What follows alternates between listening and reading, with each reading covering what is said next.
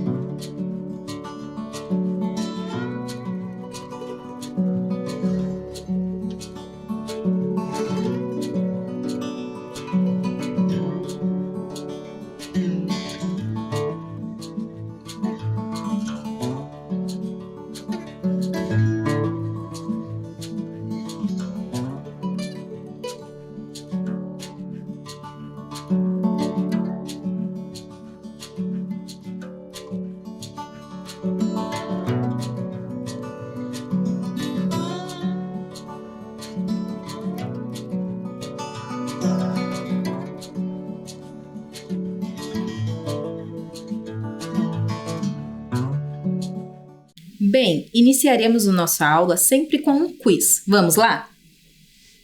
E a primeira questão é: a língua dos povos originários indígenas é o tupi?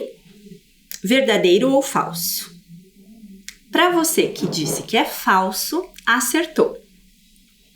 Porque atualmente mais de 160 línguas e dialetos são falados pelos povos indígenas no Brasil. Inclusive, esse fenômeno se chama multilinguismo. Alguns exemplos são Apurinã, Baneuá, Baré, Chiquitano, Guajajara, Guarani, Terena, Ticuna, Timbira, Tucano, Wapixana, Chavante e Yanomami. Questão número 2. Não há nenhuma garantia aos indígenas para candidatarem-se nas eleições. Essa afirmação é verdadeira ou falsa? Para você que disse que é falsa, acertou. Por quê? O indígena pode ser sim um candidato ou uma candidata, porque é um cidadão ou uma cidadã que possui todos os direitos. Porém, para ser candidato ou candidata, há algumas restrições, como, por exemplo, o conhecimento da língua para alguns cargos. Para exemplificar, eu trago aqui no próximo slide a foto da advogada indígena Joênia Wapixana. Ela foi eleita a primeira deputada federal.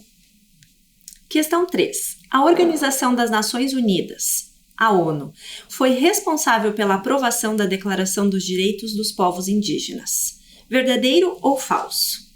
Para você que disse que é verdadeiro, acertou.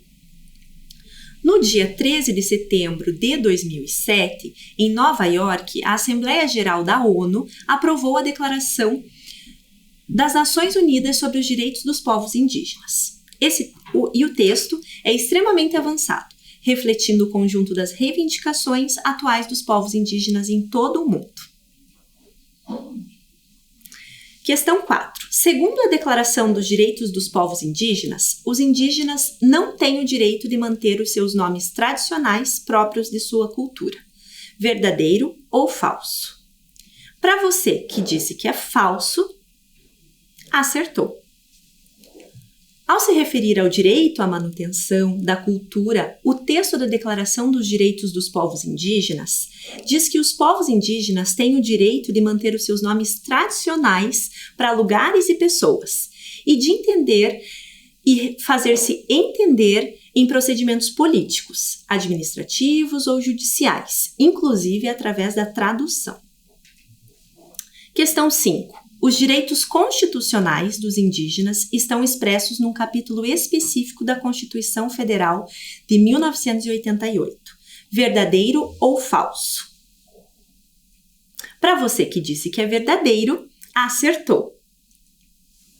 Na Constituição de 88, temos o título 8 da Ordem Social e o capítulo 8 dos Índios, além de outros dispositivos dispersos ao longo do seu texto.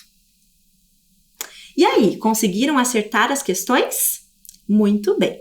Bem, hoje temos aqui algo bem diferente. Eu trouxe aqui para vocês uma caixa. E nessa caixa nós temos alguns elementos que vão nos ajudar a adivinhar qual é o tema da aula de hoje. Vamos lá? Eu trouxe aqui algumas sementes naturais, cestaria, urucum,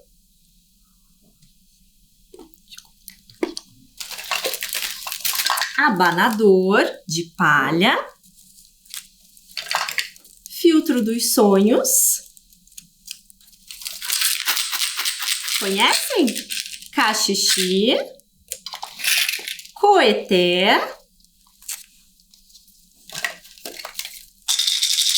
e este, maracá, algumas penas,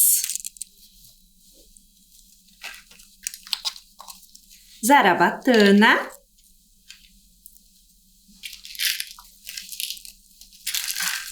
e é isso. E aí, conseguiram adivinhar o tema que vamos tratar hoje? Muito bem, para você que disse que nós vamos falar sobre os povos originários, os indígenas. Acertar. Todos os elementos dessa caixa e a arte indígena brasileira compreendem as diversas maneiras do indígena expressar a sua cultura. Vamos acompanhar mais durante a nossa aula e entender melhor sobre isso. Agora, que tal realizarmos um jogo? Com esse jogo, nós vamos exercitar a sua memória e testar o seu conhecimento sobre o que foi apresentado aqui na caixa. O nome do jogo é O que está faltando? Nesse jogo, nós iremos apresentar para vocês algumas imagens e deixar um tempinho para que vocês possam memorizá-las. Após, nós vamos tirar uma imagem e o desafio é descobrir qual a imagem foi retirada. Vamos lá? Bom, na primeira imagem nós temos urucum, pintura corporal, cestaria e cintos para festa. E aí, qual imagem foi retirada? Conseguiram memorizar? Muito bem! Se você respondeu que a imagem retirada foi a cestaria, você acertou. E essa foi fácil, né? Mas agora, nós vamos adicionar mais imagens e retirar os nomes. Será que você vai conseguir? Vamos deixar um tempinho para vocês memorizarem as imagens e já voltamos.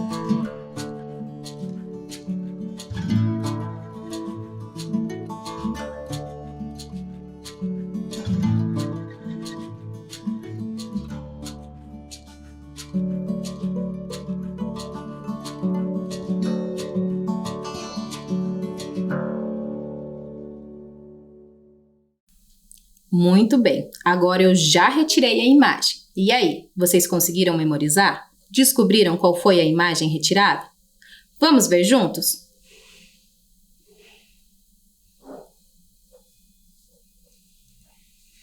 Muito bem, a imagem retirada foram as ervas medicinais. Muito bem, agora vocês já conheceram alguns elementos que fazem parte da tradição e da cultura dos povos indígenas. Estima-se que existem hoje no mundo pelo menos 5.000 povos indígenas, somando mais de 370 milhões de pessoas. E esses povos são muito diferentes entre si, no que se diz respeito aos costumes, às tradições, à linguagem e ao modo de vida. No Brasil, segundo dados do censo do IBGE de 2010, os mais de 305 povos indígenas somam 896.917 pessoas, o que corresponde a aproximadamente 0,47% da população total do país. E nesse total, 57,7% vivem em terras indígenas oficialmente reconhecidas. No mapa, conseguiremos observar a distribuição da população indígena no país. E podemos ver também que os municípios com a maior quantidade de indígenas são São Gabriel da Cachoeira, São Paulo de Olivença e Tabatinga, no estado do Amazonas. Já no Paraná, vivem cerca de 26.559 indígenas, aproximadamente 0,25% da população. Mas desse total, apenas 44% vivem nas aldeias oficialmente reconhecidas paranaense. E no território vivem 3 etnias indígenas, os Guaranis, Caigangues e os Xetá. É muito importante conhecermos um pouco mais sobre a presença desses povos no mundo, no nosso país e no nosso estado. Agora vamos conhecer um pouco mais de alguns elementos da cultura dos povos indígenas, o grafismo indígena e a pintura corporal. Os povos indígenas têm como costume transformar a sua história e as suas crenças em desenhos. Enfeitam objetos e o próprio corpo com linhas, formas geométricas e formas inventadas por eles mesmos.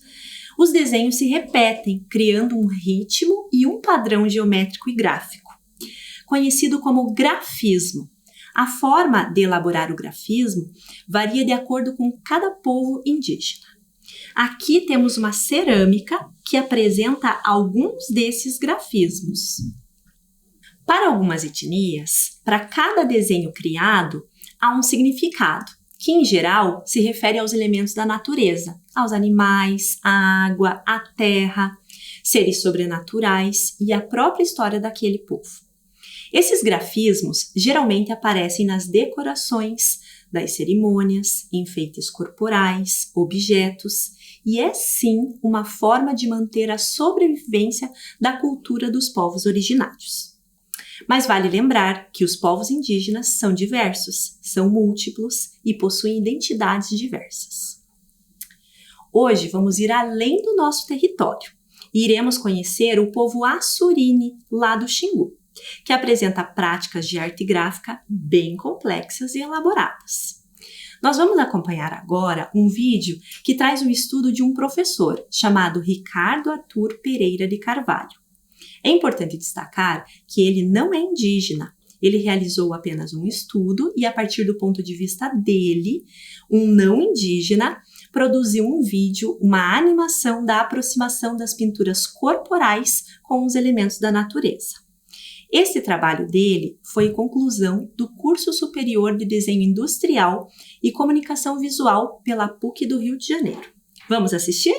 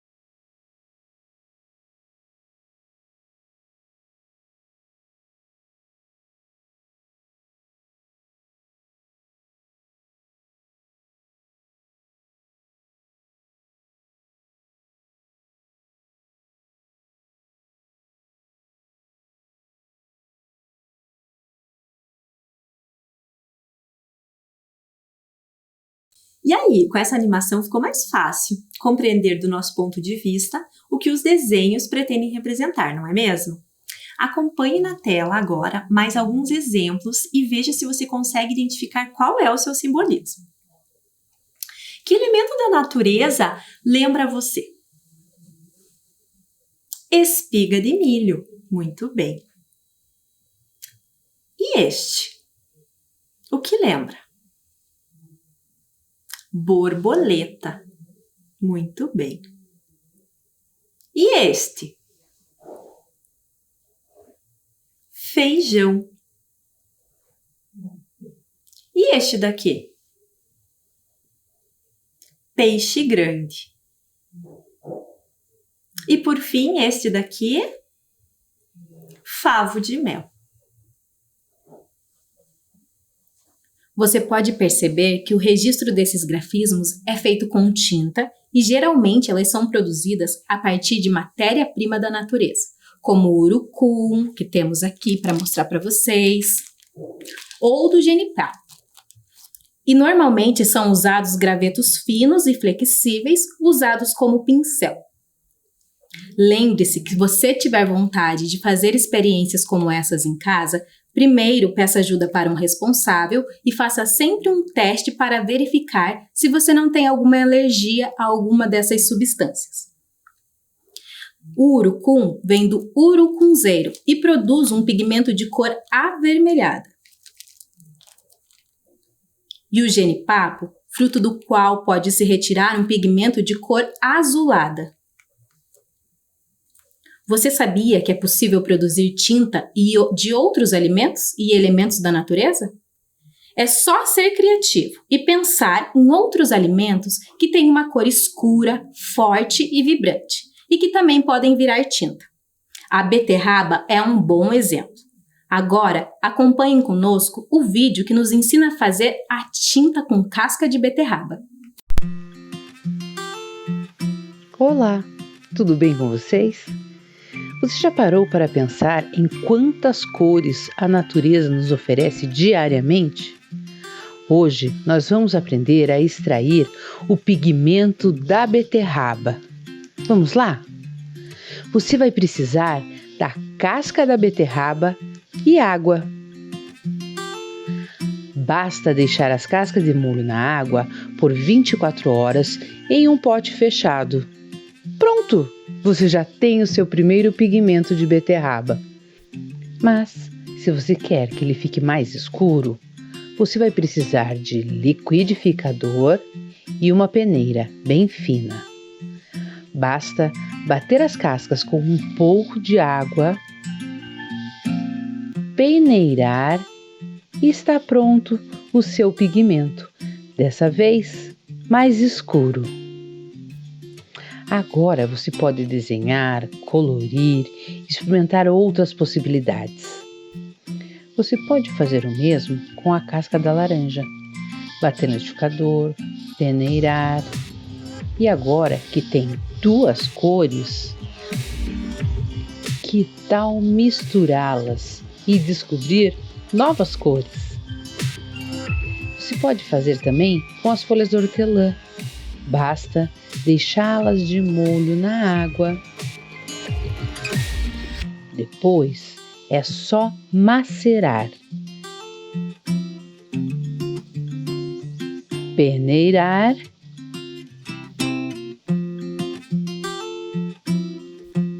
e pronto, você extraiu o pigmento da folha de hortelã. Outra sugestão é usar o pó do café. Depois que algum adulto passou o café, deixe a borra esfriar, passe numa peneira bem fina e pronto, você já tem um pigmento marrom. Não existe uma única receita certa.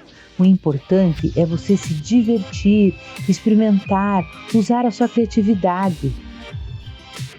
Mas atenção, a nossa recomendação é para você não desperdiçar alimentos. Use sempre as cascas ou aqueles alimentos que não estão mais próprios para o consumo. Esperamos ter despertado em você a vontade de fazer novas experiências e se divertir com as várias possibilidades de colorir a nossa vida com a natureza e, o mais importante, sem danificá-la.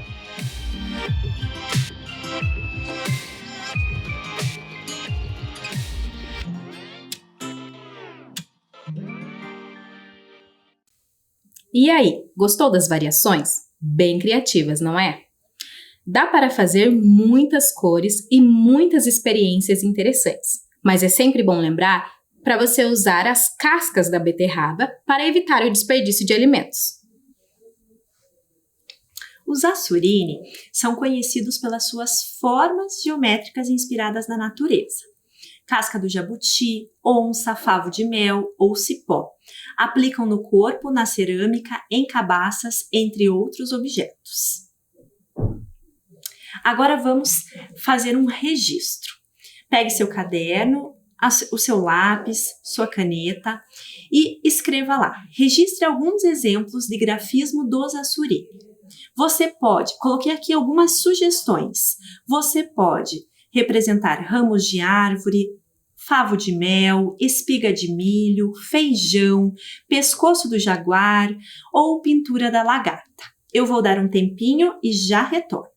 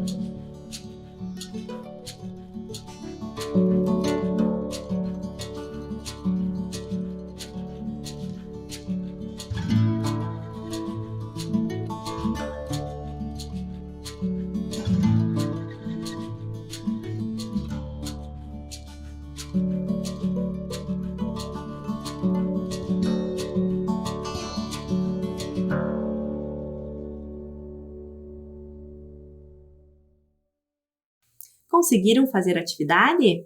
Bom, agora vamos para outra.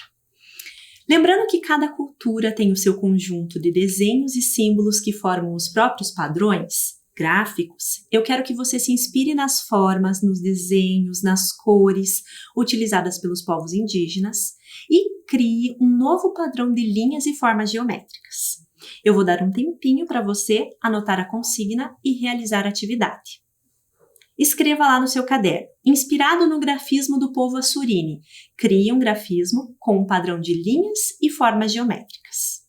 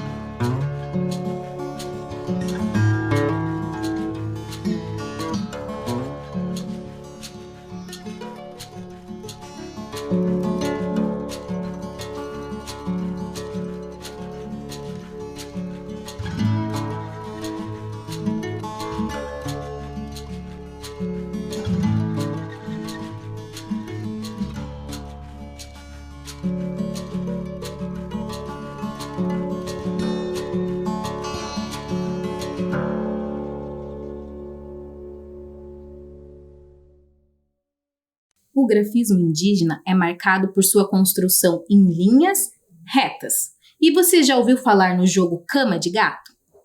Cama de Gato é um jogo simples que utiliza pedaços de barbante, onde 2 ou mais pessoas usam linhas para fazer formas variadas. Dentro da cultura indígena, o jogo Kentinho Mitsulu se assemelha ao jogo Cama de Gato.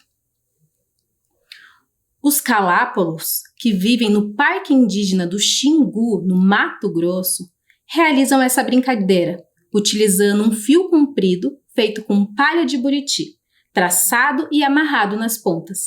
Eles entrelaçam rapidamente o fio e com os dedos fazem formas diversas de figuras variadas. Aparecem animais, figuras da mitologia e referências bem-humoradas das suas atividades diárias.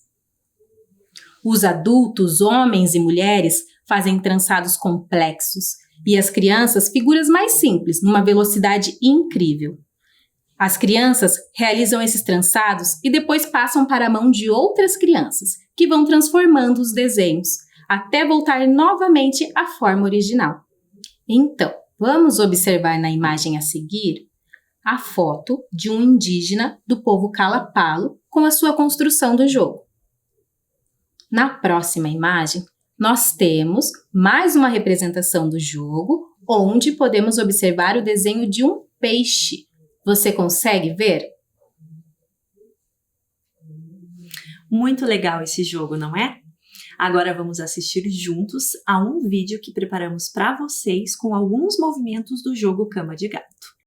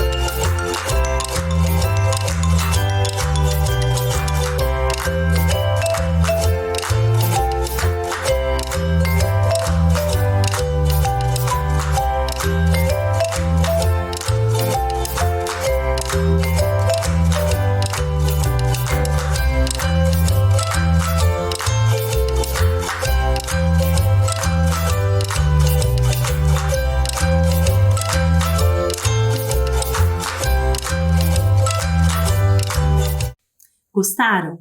Depois vocês podem experimentar e fazer com seus colegas, com seus vizinhos, família. Podem até usar o próprio cadarço para fazer tentativas. Agora vamos finalizar a nossa aula com o estudo de uma escritora indígena. O nome dela é Luciana Vangri Caigangue.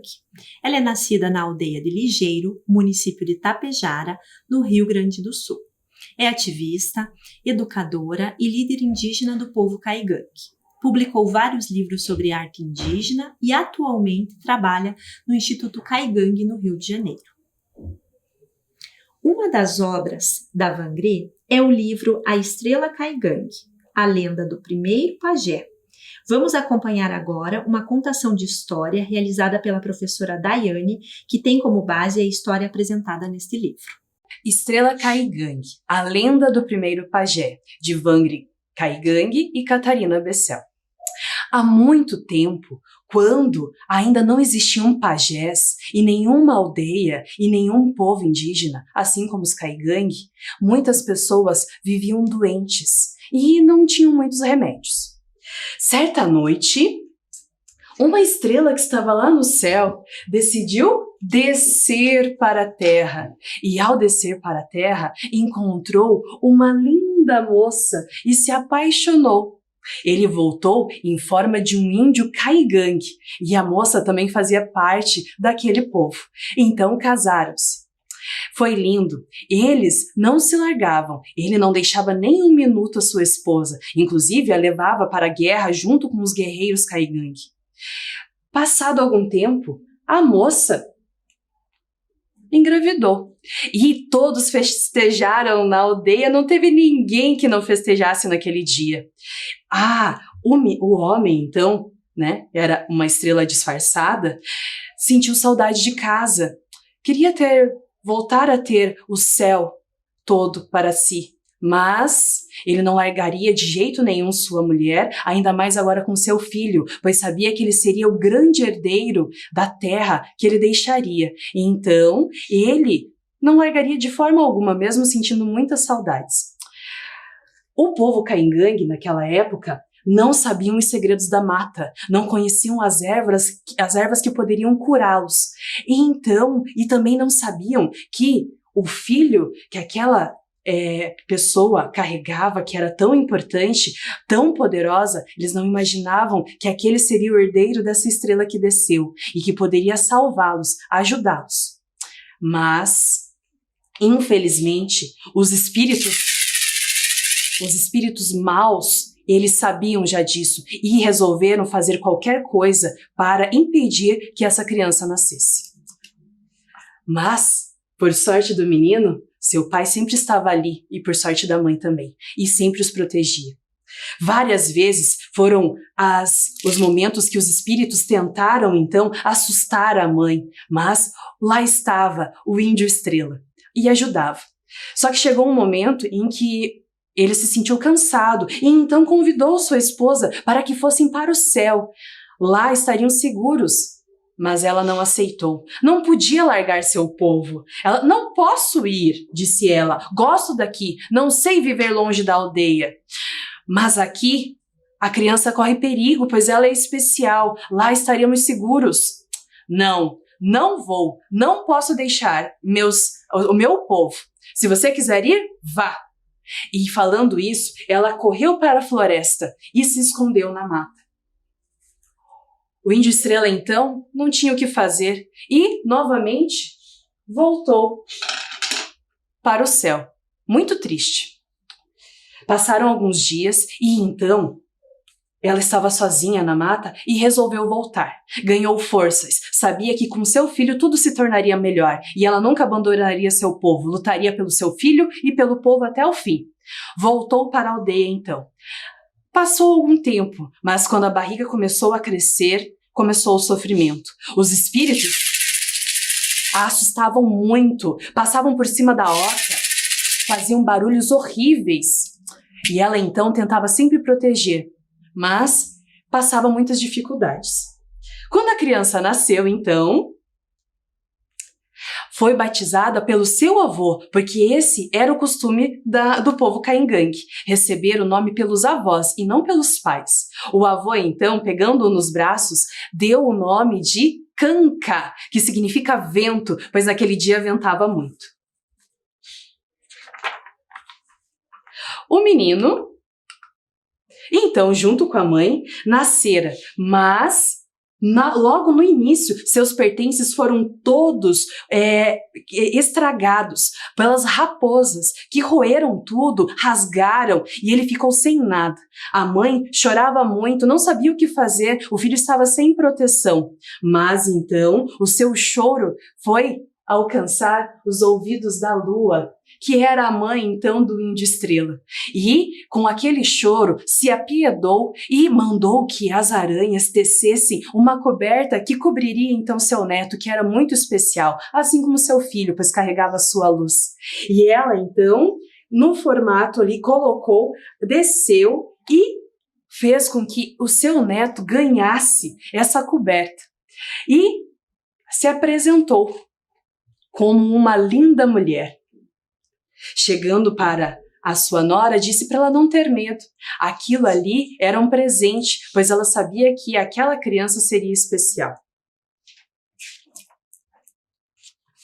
A avó Lua então disse: pequeno pajé, saiba que eu amo muito, farei de você um grande homem, você possuirá o dom da cura. Vejo desde já que possui o brilho de meu filho Estrela, posso sentir sua luz, ela é tão forte quanto a do seu pai. Ao despedir-se do menino, a lua falou: minha querida nora, não se preocupe, você nunca estará sozinha. E com isso, ela então percebeu que nunca se sentiria sozinha, né? Eles estariam sempre juntos, inclusive pela proteção da mãe lua e do seu marido, que era uma estrela. Ela sabia que o neto passava perigo, então se transformou a lua em uma anciã e ofereceu ajuda então à nora. A nora não recusou, aceitou a ajuda da anciã, que assim ajudaria a criar o menino e a protegê-lo. Só que os espíritos maus continuavam rondando e o pequeno foi crescendo. E um dia a mãe o levou para perto de um rio para lavar roupa e não sabia que quando a criança dormia, o espírito dela ficava solto. Foi nesse momento que os espíritos maus carregaram então o espírito dessa criança para a mata. A mãe não percebeu nada, voltou para a aldeia e a criança então não parava de chorar. Ao não parar de chorar, a mãe não sabia mais o que fazer. Foi então que pediu para que a mãe Lua voltasse e a ajudasse, pois ela não sabia o que fazer. Então, a mãe Lua desceu novamente e falou, percebeu que aquela criança tinha perdido o espírito, pegou algumas ervas do chão, passou na criança e com aquele galho, ao soltar no chão, viu que o galho secou na hora. O espírito da criança estava perdido e precisava ser resgatado imediatamente. Foi então que ela resolveu chamar seu filho Estrela. Ele então desceu e resolveu levar o menino para dormir aquela noite no céu com eles. No dia seguinte, eles lutariam pelo espírito da criança. E isso aconteceu. A luta foi árdua, mas ao amanhecer o dia, o espírito da criança estava de novo com ele. E então, finalmente, a alma do pequeno pajé havia voltado. E a mãe Lua pediu, por favor, muito cuidado, porque isso pode voltar a acontecer. Nunca mais o deixe assim sozinho. Assim, com a proteção, a criança cresceu e começou a aprender com a anciã, ao qual se tornou muito amigo, começou a descobrir os segredos da mata, as ervas que poderiam usar para a cura, os animais com quem podia conversar para aprender sobre todo o conhecimento da natureza. E com isso, aprendeu muitas coisas. Aprendeu a se tornar, então, aquele que seria o protetor do povo caingangue, o protetor que poderia salvar muitas vidas a partir das ervas e dos segredos que a mata escondia. Ao final de grandes batalhas, que ele também teve que passar pelos maus espíritos, ele se fortalecia cada vez mais. E durante muitos anos, tratou de muitos doentes e de todas as crianças e todos que passavam por ele pediam ajuda. Ele então tornou-se um homem e começou a envelhecer. Sua amiga, a anciã, então, me ensinou muitas coisas, mas da mesma forma que ela apareceu, um dia ela desapareceu também, na mata. E em sua partida, ela se revelou como a deusa Lua e então falou para ele. Falou mais ou menos assim. O chamou de Cujá, que significa que são os sábios da medicina tradicional indígena. Você veio para ensinar seu povo a combater o mal, com a ajuda dos bons espíritos e da força da natureza. Quando seu fim estiver chegando, você vai sentir a proximidade da morte no corpo. Então, assim como eu te preparei, você também deve passar seu conhecimento à próxima criança escolhida para ser seu substituto. Falando isso, ela se despediu e voltou aos céus.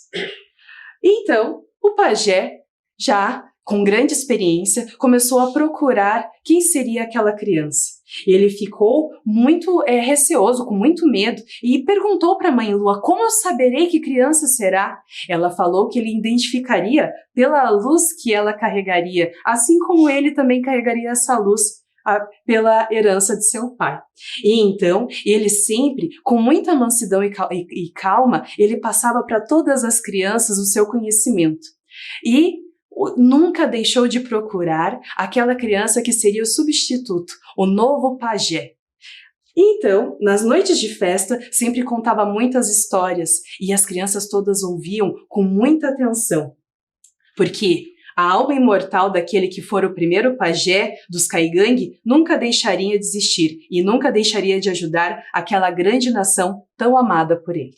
Uma estrela no céu brilhou e esta história terminou. E esse foi o nosso recado para vocês. Finalizamos por aqui a nossa aula e até a próxima. Até a próxima.